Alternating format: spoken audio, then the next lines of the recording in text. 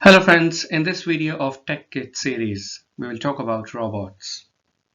There are essentially three things which we need to put in a machine to make it a robot. The first thing is the motor skills, second is senses, and the third thing is intelligence. Let's start with motor skills.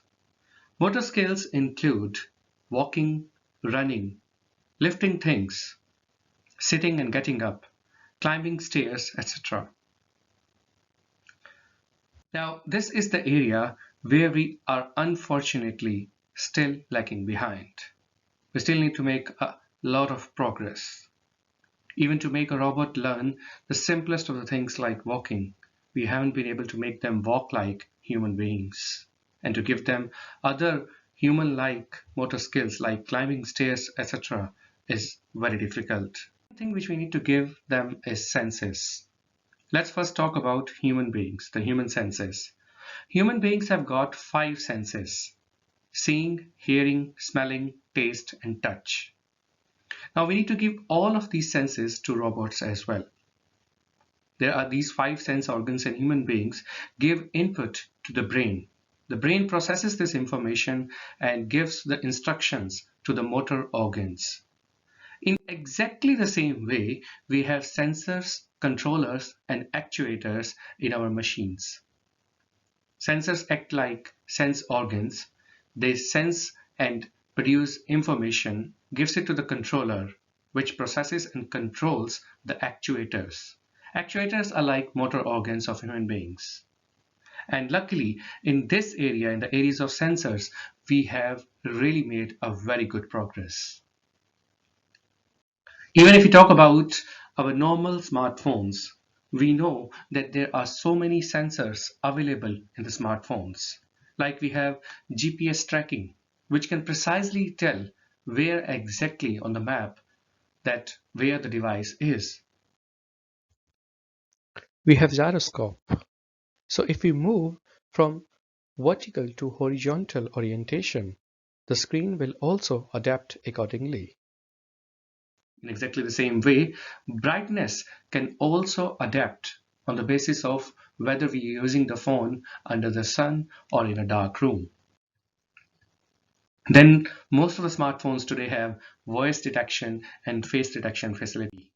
They also have thumb impression security measures so they can sense and detect the thumb impression of its user.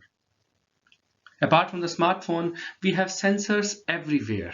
Like we have sensors to detect whether there's a fish in the pond.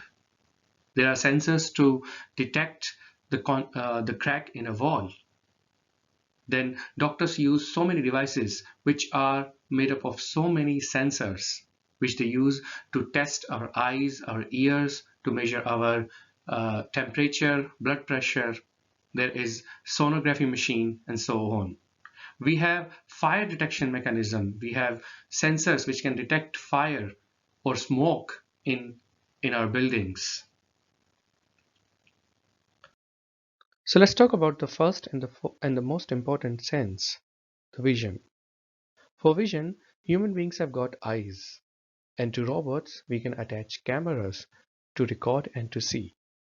We have been able to create cameras which work exactly like the human eyes. But there is a difference. The difference lies in the ways eyes give information to the human brain and the way the brain processes that information. If we are looking at a particular view, it may not be necessary that we are actually seeing anything in that view. We may be thinking of something else.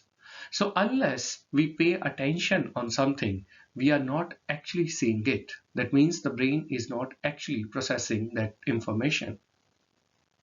And if we are looking at a view and not paying attention to it, if something changes in that view, for example, a bird goes in the sky, or something falls on the ground, or a vehicle passes on the road. So if something changes in our view, our eye can catch that information and brain can process that information. But cameras work in a bit different way. They capture and store each and everything they see in the view. And that's why, because the memory in the machines are limited, lots of memory is wasted to give them the vision sense because they do not still have this capability of paying attention to a particular thing in the view. The same thing applies to the hearing sense as well. We try to use microphone to give the hearing sense to our machines, but we might have noticed that even in a noisy environment, we can still pay attention to the person to whom we are talking to. But mics till date do not have such capability. They record each and every sound they are getting in the form of electric signals.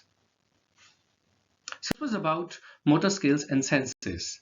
The third thing which we need to provide to, which we need to put in the machines to make them robots, is intelligence.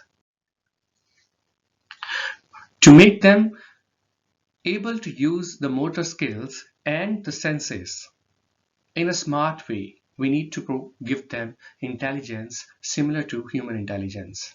If we call the human intelligence as natural, we can call this type of intelligence as artificial intelligence.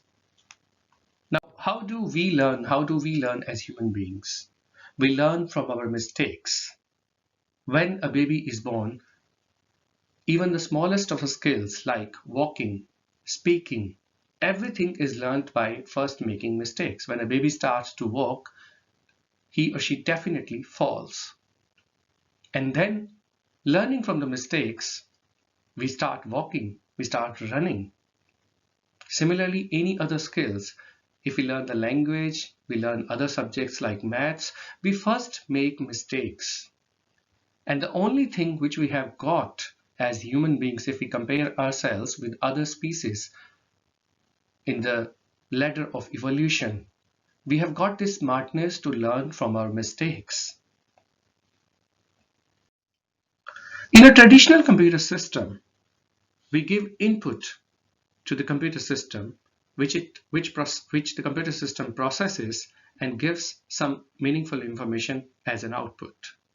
As an example, if you talk of the person standing on the till of a restaurant, the person inputs the food order to the computer system, which adds up the separate items and produces the bill as a meaningful information, and that's its output.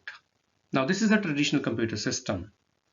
If we want to make it smart, if we want to give intelligence to this computer system, the only thing we need to do is to attach the output to its input as a feedback loop, so that we can add the capability of learning from the mistakes, learning from the past output which was produced by the computer. So here are two options: a chess program which always wins, and a chess program that never loses the same way twice. Which of these is intelligent? In the first case, the computer has been programmed in a way that it is very difficult for human beings to defeat the computer. In the second case, the computer has been programmed to learn that if it loses once, it should not repeat the same steps twice, so that it never loses the same way twice. Of course, the answer is the second one is intelligent. So we learned that we need to give three things to a machine to make it a robot: motor skills, senses, and intelligence.